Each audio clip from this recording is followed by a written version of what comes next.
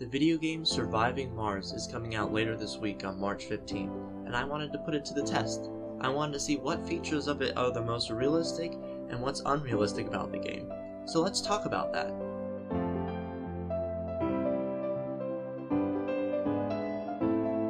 So with Surviving Mars coming out, it's going to bring a lot of new attention to the possibility of colonizing the Red Planet, both good and bad, and people might be curious about what exactly is true and what's false about the game.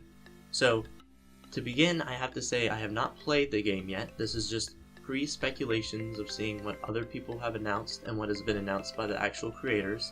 In addition, I'm not going to be looking into any of the sci-fi aspects of it, so it's just purely going to be the technologies and the advancements that you do as a player of the game. So if you disagree with what I say is the most unrealistic part of it, let me know in the comments and I want to see what you all think.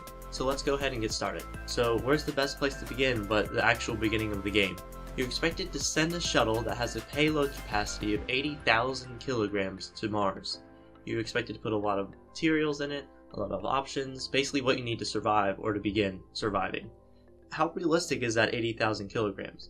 So if you compare it to the Saturn V, which is the most powerful rocket to date, the Saturn V was able to send 140,000 kilograms to low Earth orbit, which is nowhere near Mars. Now it's expected that it might have been able to send maybe 10,000, maybe a little bit more to 15 to 20,000 kilograms to the surface of Mars, but definitely not be able to launch again. And then if you look at what's coming up in the future, SpaceX is working on their Big Falcon rocket, or BFR, which is expected to take 250,000 kilograms to low Earth orbit. Again, that's nowhere near how much we could get to Mars, but it's expected to be about 10 to 50,000 kilograms depending on if it can land. So I would actually say the shuttle or the mission being able to send a rocket to Mars is rather realistic. Although it's nowhere near 80,000 kilograms, it's in the same order of magnitude and it's most likely possible in the next maybe 50 to 100 years. So then let's go into life support options. So we need to live on Mars. Humans need oxygen, they need water, and they need food. Now, I'm not really going to talk about food because growing on Mars is actually pretty straightforward as long as you bring the right supplies. So rather, I'm going to talk about power because that's another main aspect of the game that has a little bit of controversy in it. So out of those three, let's talk about water, or water collection. The first object that you can use in water collection is water extraction, which is just taking water out of the ground of Mars, purifying it, making it go from ice to liquid, and then just storing it. And that is actually rather realistic. Most of the water that's been discovered on Mars has been underground in forms of ice. Now, the other option for water is a water vaporizer, and this is actually really unrealistic. Now, you could think maybe on Earth you could vaporize some of the water from the gas or the atmosphere and turn that into water that you could drink, which is true because you have condensation whenever you have something outside on a hot day. But on Mars, that's not so true, because in order to take water out of the atmosphere of Mars, well, number one, there isn't a lot of water. There's only 0.02% of the atmosphere is water vapor. So if you just wanted a gallon of water, that would take a football stadium's volume of atmosphere just to convert all of that to a gallon of water. So I would say the vaporizer isn't as realistic. It's definitely possible, but not nearly as efficient as just extracting it from the ground. The next one we can talk about is oxygen collection.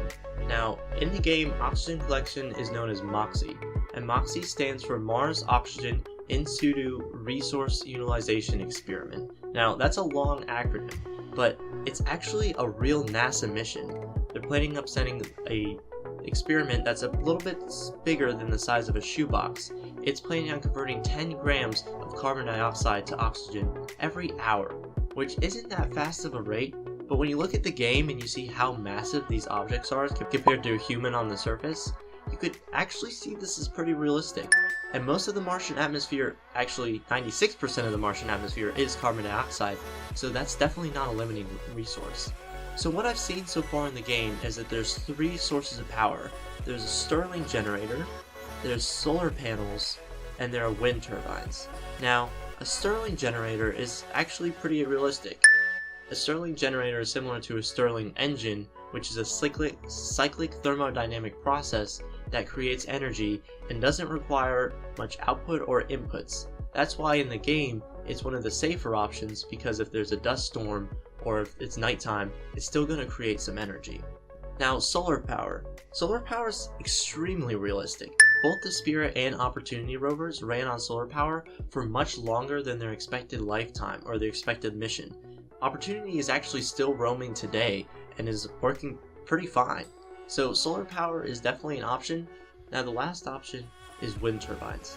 Now wind turbines is something that people have been speculative about because Mars has a rather small atmosphere. But there's a video done by someone by the name of Scott Manley that explains how wind turbines can actually work.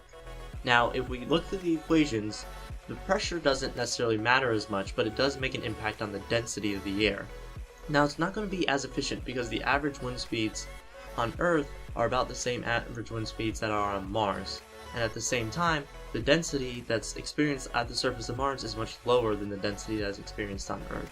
However, there is a slight difference. Mars is a little bit more, and since the equation itself is to the velocity cube, it actually turns out that if you were to put it at one random place on Mars and one random place on Earth, it would only be about 1/5 of the amount of energy that is created on Mars than you get on Earth. Wind turbines are actually rather realistic. Although they don't create as much power and they're not as efficient as maybe solar panels, because of the low gravity on Mars, you would actually be able to create much larger structures than you can here on Earth. And because of that, you create much larger wind turbines and therefore make up for that lack of efficiency or that lack of air pressure that you have on the surface. So now that we've covered the rockets, the power supplies, let's talk about the civilization in itself. Now, the first settlers that you bring to Mars are welcomed by a giant dome that is filled with a bunch of bars, restaurants, housing facilities, which is pretty great, but I would say is really unrealistic. Because if you look at the first settlers that are probably going to end up on Mars, they're going to be in an environment that's similar to that as the International Space Station. It's going to be rather cramped, there's going to be a lot of experiments, a lot of wires everywhere, just because everyone's going to want a science experiment to send up there, and the living space isn't going to be as luxurious, as open as it's probably expected to be. Now, farther down the line, it has been proven that you could create giant glass structures, or you could create rather nice living facilities on Mars. At least for the first few generations, I would say it's not going to be like that, or at least not look like that. So that's somewhat realistic, but in terms of the game design and making it look better, I could understand why they went that way. So the next thing to talk about are some of the hazards on Mars. The first one are dust storms. In the game, you experience dust storms which highly limit your Stirling generator and can limit your solar panels. And this is something that is 100% realistic. The Spirit and Opportunity rovers actually survived through one of these about 10 years ago. It drastically minimized how much solar power they were getting to an extent that they were practically useless and they had to run on battery reserves. And it's not only in certain areas, kind of like how we have storms here on Earth, but at random points the entire planet can be picked up into one giant dust storm. So no matter where you are on the surface, it can make a giant impact on what happens. Now the second option are meteor strikes. Since the Martian atmosphere is much thinner than ours on Earth, meteor strikes will make a bigger impact because they won't be burned up as much as our atmosphere does here. Our atmosphere protects us from a lot of impacts, whereas Mars, it's not going to do so much. However, in the game it's shown as meteor strikes will bombard a certain area constantly for maybe a few minutes or maybe a day in the game. However, that's not as likely. What's probably going to happen is it's just going to be a few meteor strikes here and there, and the likelihood of them actually hitting something is pretty small. Now the last one are cold waves. And cold waves is a hard one to explain because in the game it's kind of unrealistic how there'll just be a drastic change in how cold the environment gets. However, it is actually more realistic than you think because the Martian atmosphere is extremely cold, and a lot of the things that it depicts that would happen in a cold wave is something that would actually be a regular problem on a day-to-day life on Mars. So even though there won't be a change where one day it's going to drop by maybe 100 degrees, but rather it's always going to be colder, it's always going to be much colder, and that's a problem that you'll always have to deal with.